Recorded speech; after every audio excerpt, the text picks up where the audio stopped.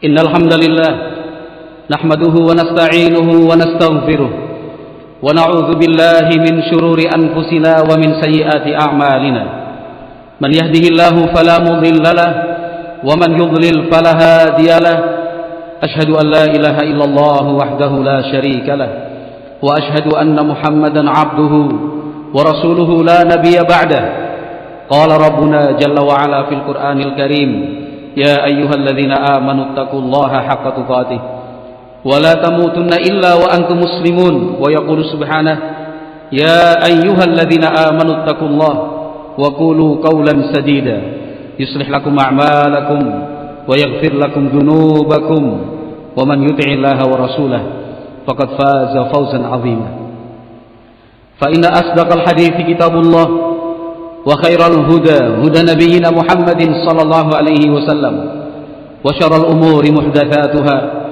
فإن كل محدثة بدعة وكل بدعة ضلالة وكل ضلالة في النار. Ma'asyiral muslimin jamaah salat Jumat rahimakumullah. Berat dan memang betul-betul berat siapapun yang merasakan hidup di akhir zaman seperti ini. Bagaimana tidak berat sementara sudah sejak lama 1400 tahun yang lalu kurang lebihnya Nabi Muhammad SAW mengkhabarkan apa yang akan terjadi termasuk di akhir zaman seperti yang kita rasakan sekarang ini. Godaan-godaan yang langsung menyasar iman itu sudah tidak terbilang lagi berapa banyak jumlahnya, karena begitu banyak ujian-ujian keimanan terus datang silih berganti, tak pernah ada habisnya, seakan tidak ada ujungnya. Begitu berat dan sungguh berat, persis seperti yang digambarkan oleh Nabi Muhammad SAW. Asbaha ar-rajulu mu'minan wa yumsi kafiran wa yumsi mu'minan wa yusbihu kafiran. Sudah cukup menggambarkan betapa berat dan susahnya apa yang sudah dikhabarkan oleh Nabi Muhammad SAW. Sampai ada orang pagi masih beriman, belum genap 24 jam, hanya separuh hari, dalam kurun waktu 12 jam, pagi masih beriman, sorenya iman itu dia buang, diganti dengan kekufuran. Bukan sebatas iman itu turun, bukan sekadar iman itu lemah atau jatuh, hilang menjadi kekufuran. Seperti itu juga kata Nabi Muhammad SAW, wa yumsi mu'minan wa yusbihu kafiran. Pagi sudah menjadi kafir, padahal sorenya dia masih beriman kepada Allah Subhanahu wa taala. Bukan 24 jam, hanya separuh waktu imannya berganti. Ta'udzubillah. Kenapa itu terjadi? Nabi Muhammad SAW menjelaskan, yabi'u dinahu bi'aradin minad dunya. Dia jual, dia gadaikan agamanya hanya untuk kepentingan dunia. Ma'asyiral muslimin jamaah salat Jumat yang berbahagia, kalau kita berhitung secara statistik saja, jumlah orang yang murtad keluar dari agama ini, agama Islam, tiap waktu, tiap tahun terus bertambah. Kalau kemudian diteliti lebih lanjut angka yang berbicara, maka hampir semuanya, bukan semuanya, tapi hampir semuanya, mayoritasnya didominasi oleh faktor-faktor dunia. Balas budi, bantuan ekonomi, pendidikan dan beasiswa, pembangunan fisik, sarana dan prasarana, fasilitas jalan, gedung, dan yang semisalnya. Maka benarlah apa yang dikatakan oleh Nabi Muhammad SAW. Dan siapapun tanpa terkecuali, termasuk kita juga, tidak boleh merasa aman dan tidak khawatir itu terjadi. Siapa yang tahu? Nah, siapa yang bisa memperkirakan? Karena memang hati betul-betul diantara jari jemari Allah Subhanahu wa ta'ala. Yuqallibuha kaifa yasha. Allah bolak-balikan sesuai apa yang Ia kehendaki. Nah, maka ma'asyiral muslimin jamaah salat Jumat yang berbahagia, yang bisa kita lakukan adalah betul-betul kembali dan berpulang kepada Allah Subhanahu wa ta'ala dengan banyak-banyak berdoa, meningkatkan kualitas ibadah, berbaur dan berkumpul dengan orang-orang saleh, selalu merapat dan mendekat ke sumber-sumber ilmu yang syar'i. Itu yang bisa kita lakukan. Karena sesungguhnya hidayah itu sangat mahal sekali. Nah, seandainya dunia dan seisinya ini bisa kita miliki, ternyata masih kecil di hadapan Allah Subhanahu wa ta'ala. Sementara yang terjadi dan faktanya, tidak mungkin dunia seisinya ini bisa kita pegang dan bisa kita miliki. Sekaya-kayanya orang, sekuasa-kuasanya dia, tetap saja hanya sebagian kecil dari dunia dan seisinya. Seandainya dunia seisinya ini kita miliki seorang diri, itu masih kecil di hadapan Allah Subhanahu wa ta'ala. Yang dikatakan oleh Nabi Muhammad alaihi salatu wasallam, kaman yaj'alu ahadukum isba'ahu fil yam falyanzur bima yarji'. Hadis riwayat Muslim dari sahabat Al-Mustawrid bin Shaddad radhiyallahu ta'ala. Dunia dan seisinya ini digambarkan oleh Nabi Muhammad SAW seperti jari dimasukkan ke dalam lautan, dicelupkan, mau berapa lama, sebentar pun sama, tarik kembali, falyanzur bima yarji'. Lihat air laut yang menempel di ujung jari tersebut, air yang menempel di ujung jari itu dunia dan seisinya. Sementara lautan yang sangat luas itu adalah karunia Allah Subhanahu wa ta'ala yang sangat luas. Seandainya jin dan manusia, dari yang paling pertama sampai yang paling terakhir, awwalahum wa akhirahum, manusia pertama sampai manusia terakhir yang Allah ciptakan, jin pertama yang Allah ciptakan sampai jin terakhir yang Allah ciptakan, kanu ala sa'idin, mereka semuanya berkumpul di satu tempat, di tanah yang sangat luas dan lapang, masing-masing meminta kepada Allah Subhanahu wa ta'ala sebanyak-banyaknya sesuai yang dia inginkan, lalu Allah kabulkan, Allah berikan, tidak ada yang dikurangi sedikit pun. Ma naqasa ma indallahi min syai'. Seandainya itu dikabulkan, dipenuhi, itu tidak mengurangi kerajaan Allah sedikit pun. Itu kalau manusia pertama sampai manusia yang terakhir, entah berapa jumlahnya, kita pun tak pernah tahu. Hanya Allah yang maha tahu. Nah, semuanya meminta sebanyak apa yang bisa dia minta, Allah kabulkan, Allah kasih. Itu tidak mengurangi kekuasaan Allah Subhanahu wa ta'ala, tidak mengurangi kerajaannya sedikit pun. Sementara yang kita kejar, yang kita cari, dan yang sudah kita punya, dan apa yang telah kita miliki, hanya sekian berapa dari dunia dan seisinya ini. Nah, akan tetapi ma'asyiral muslimin, jamaah salat Jumat yang berbahagia, namun sekali lagi godaan itu luar biasa. Belum lagi memang watak dan karakter manusia yang tidak pernah puas, watak dan karakter manusia yang ingin selalu memiliki lebih dari apa yang sudah dia punya. Bukankah Nabi Muhammad SAW sudah menyingkap karakter kita yang sesungguhnya? Bukankah Nabi Muhammad SAW sudah membuka jalan pikiran kita sebagai manusia? Hanya yang Allah rahmati saja yang bisa bebas dari ini semua. dari ini semua. Bukan siapa-siapa yang membuka hakikat kita, bukan. Itu Rasulullah sallallahu alaihi wasallam. "Lau kana libni Adam wadin min zahab, la yatamanna an yakuna lahu wadin tsani." Seandainya seseorang itu sudah punya harta emas sepenuh lembah, bukan hanya sekilo 2 kilo, bukan sekotak 2 kotak, bukan satu lemari 2 lemari, bukan satu gudang 2 gudang, tetapi seisi lembah penuh dengan emas, nggak akan pernah dia merasa cukup. Pasti dia berpikir seandainya bisa punya emas sebanyak itu untuk 2 kali lipatnya. Seandainya pun Allah kabulkan, belum cukup.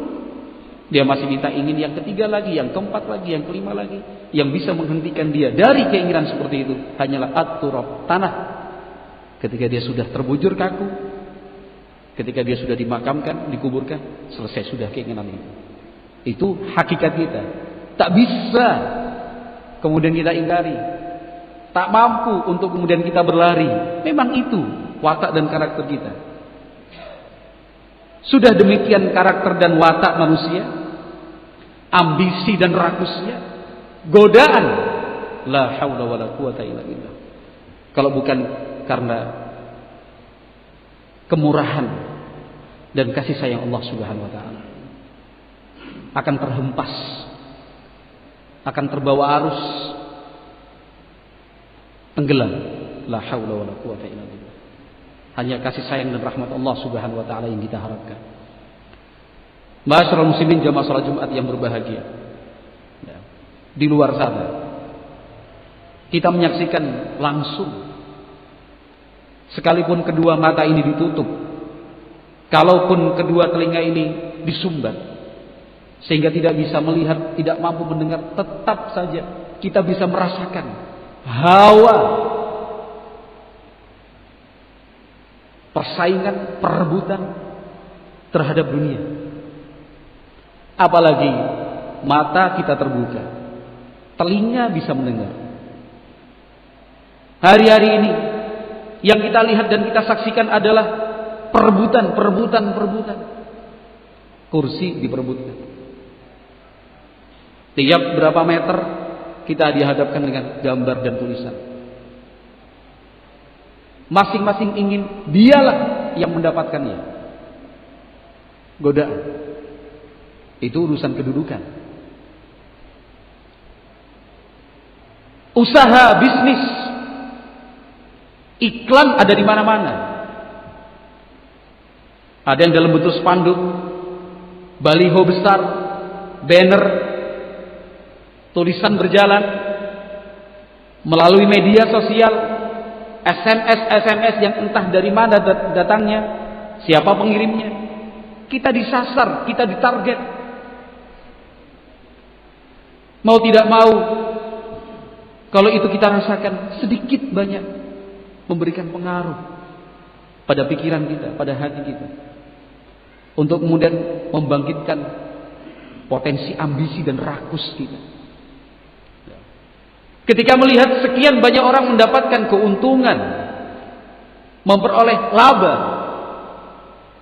hati ini juga tergerak. Kenapa saya tidak bisa seperti mereka? Perebutan ada di mana-mana. Yang diperebutkan sesuatu yang disebutkan oleh Nabi Muhammad SAW, seandainya semuanya itu hanya seperti jari yang dimasukkan dalam lautan, tarik kembali, lihat air yang menempel di ujung jari. Itu dunia dan seisinya. Apalagi yang sekarang diperebutkan, hanya sekian persen dari dunia dan seisinya. Perkelahian, pertengkaran, bunuh-membunuh, nyawa melayang, nyawa dihilangkan. Bukan satu hal yang aneh lagi, bukan suatu yang baru, tetapi itu betul-betul terjadi, terpampang di depan kita. La haula wala quwata illa billah. Maka alhamdulillah kita bersyukur kepada Allah Subhanahu wa taala. Jalan ini sudah terang, langkahnya pun sudah bisa dipastikan akan dibawa kemana. Arah tujuan yang akan dicapai Allah sudah terangkan dalam Al-Quran. Nabi Muhammad SAW sudah jelaskan di dalam hadis-hadis yang sahih. Tinggal kembali kepada kita. Akankah mau mengikuti jalan tersebut? Maukah kita menjejaki arah yang sudah ditunjukkan itu? Jalan yang akan menghantarkan seorang hamba kepada puncak kebahagiaan dunia dan akhiratnya. Nah, maka sebagai ahlu sunnah, ma'asyiral muslimin rahimakumullah, mari kita selalu mensabar-sabarkan diri, dan kita berusaha untuk saling menyabar-nyabarkan bahwa memang demikianlah orang-orang saleh yang dipimpin oleh para nabi dan para rasul alaihi wassalatu wassalam, bahwa untuk keduniaan, materi, mereka adalah orang-orang yang sederhana. Mereka adalah orang-orang yang terbatas kemampuannya. Secara umum demikian. Tidak menutup kemungkinan ada yang memang lebih, ada yang Allah berikan kelapangan. Tapi secara umum kita lihat para nabi dan para rasul alaihi wassalatu wassalam, suri tauladan kita, para sahabat radhiyallahu anhum ajmain, sebagai generasi terbaik umat ini. Lihat kehidupan mereka. Para sahabat radhiyallahu taala anhum ajmain, tidak jarang dari mereka ketika sholat berjamaah jatuh pingsan karena menahan lapar, menahan haus, tergeletak, tersungkur dia di dalam sholat. Nabi Muhammad alaihi salatu wasallam selesai salat mendatangi, "Lau ta'lamuna ma 'indallah la ahbabtum an tazdadu faqatan wa faqran." Kata Nabi Muhammad alaihi salatu wasallam menghibur sahabat-sahabatnya, seandainya kalian tahu pahala yang Allah siapkan buat kalian di sisinya, pasti kalian ingin lebih, hidupnya lebih susah dan lebih melarat lagi. Motivasi dari Nabi Muhammad sallallahu alaihi wasallam. Para sahabat radhiyallahu anhum ajmain, terkadang mereka keluar dari rumah menuju masjid tidak menggunakan alas kaki. Tidak mampu membeli alas kaki, sandal maupun sepatu.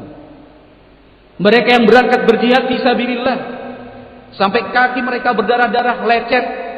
Sahabat Abu Musa al-Asy'ari radhiyallahu taala anhu, kuku kakinya tanggal dan copot, menahan panas. Apa yang mereka lakukan? Akhirnya mengambil kain, diikatkan, dibalutkan di telapak kaki, sampai kemudian perang itu disebut dengan perang Zatul Riqa' radhiyallahu taala anhum ajmain. Itu para sahabat, generasi terbaik umat ini. Bukan kemudian kita tidak boleh berusaha, bukan kemudian kita dilarang untuk berikhtiar, bukan. Tapi ketika kita melihat dan menyaksikan realita ahlu sunnah yang serba kurang, apapun serba kurang, fasilitas pendidikannya, gedung dan bangunan yang dimiliki, taraf penghasilan dan kehidupan mereka, kendaraannya, aset-asetnya kecil sekali dibandingkan yang lain. Sarana dan prasarananya terbatas juga, dan betul-betul terbatas. Bahkan hampir di setiap tempat statusnya adalah kurang memadai, dan masih jauh dari standar. Itu ahlu sunnah. Bukan cuma sekarang, bukan cuma di Indonesia, tapi sejak zaman dahulu kala dan di seluruh dunia, ahlu sunnah selalu begitu. Contohnya siapa? Rasulullah SAW dan para sahabatnya radhiyallahu taala anhum ajmain. Maka yang bisa kita lakukan adalah memaksimalkan, memanfaatkan apa yang ada. Kita lipat gandakan manfaat apa yang sudah Allah titipkan untuk kita. Bangunan yang ada, masjid yang ada, tenaga pengajar yang ada, fasilitas sarana dan prasarana yang ada. Jangan kita lihat ini masih kurang, ini masih lebih, ini sangat jauh dari ideal. Tidak. Memang demikianlah kehidupan ahlu sunnah. Memang seperti inilah kehidupan Rasulullah dan para sahabatnya. Sehingga kita bisa lebih banyak bersyukur, sehingga kita bisa selalu mengungkapkan sikap qanaah. Aqulu qouli hadza wa astaghfirullah li wa lakum innahu huwal ghafurur rahim.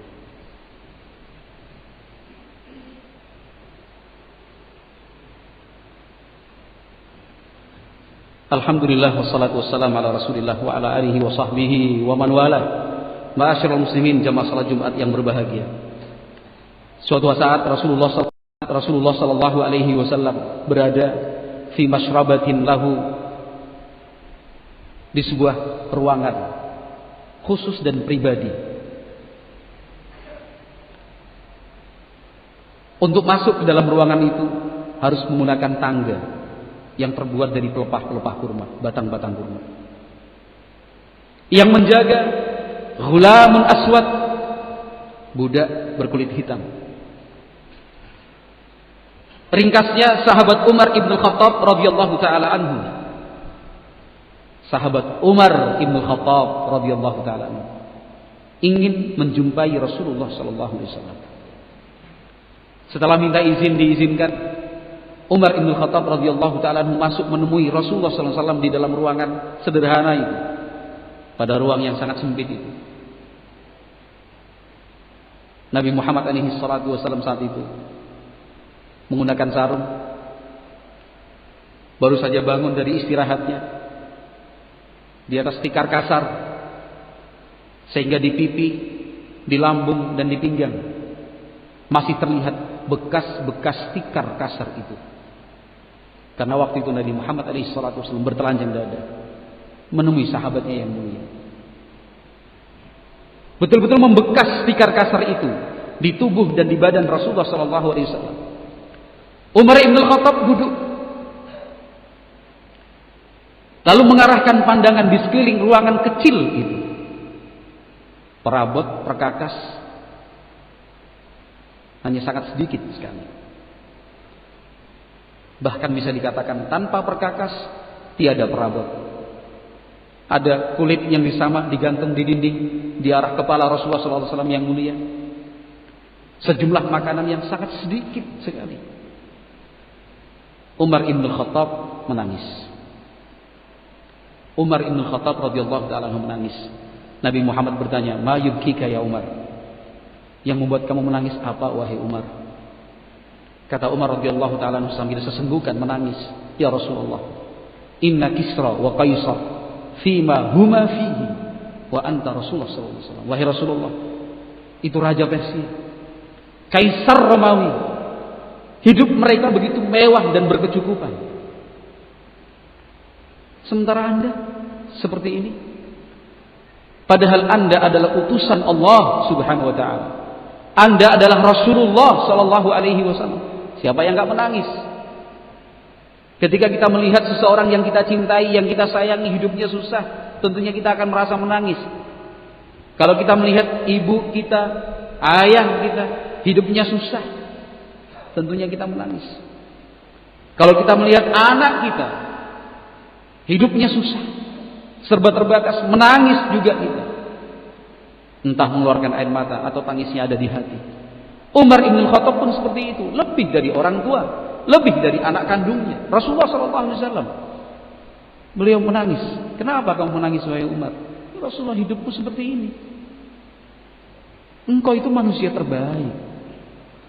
Anda adalah utusan Allah, kekasihnya. Hidup seperti ini. Kaisar Romawi, Raja Persia, orang kafir, mewah hidupnya, tercukupi kebutuhannya. Kata Rasulullah SAW, "Ya Umar, ama tarda an takuna lahumud dunya wa lana al-akhirah." Umar, apakah kamu tidak rela dunia dan seisinya ini biarlah untuk mereka saja, untuk kita akhirat? Itu pesan dari Nabi Muhammad SAW. Sudahlah, ketika kita melihat sekian banyak orang berebut kekuasaan, tutup mata, arahkan kepada kitab suci Al-Quranul Karim, baca. Arahkan pandangan kita kepada hadis-hadis Nabi Muhammad SAW, pelajari. Ketika kita melihat orang berkejaran untuk mencari keuntungan sebesar-besarnya dari bisnis usaha ini, tutup mata, tutup telinga, lihat kitabullah, baca hadis Rasulullah SAW. Ketika kita melihat orang mengejar popularitas, bahkan berdakwah pun sudah terjangkiti penyakit popularitas seperti ini, menggunakan media-media untuk mencari pengikut sebanyak-banyaknya, sudahlah.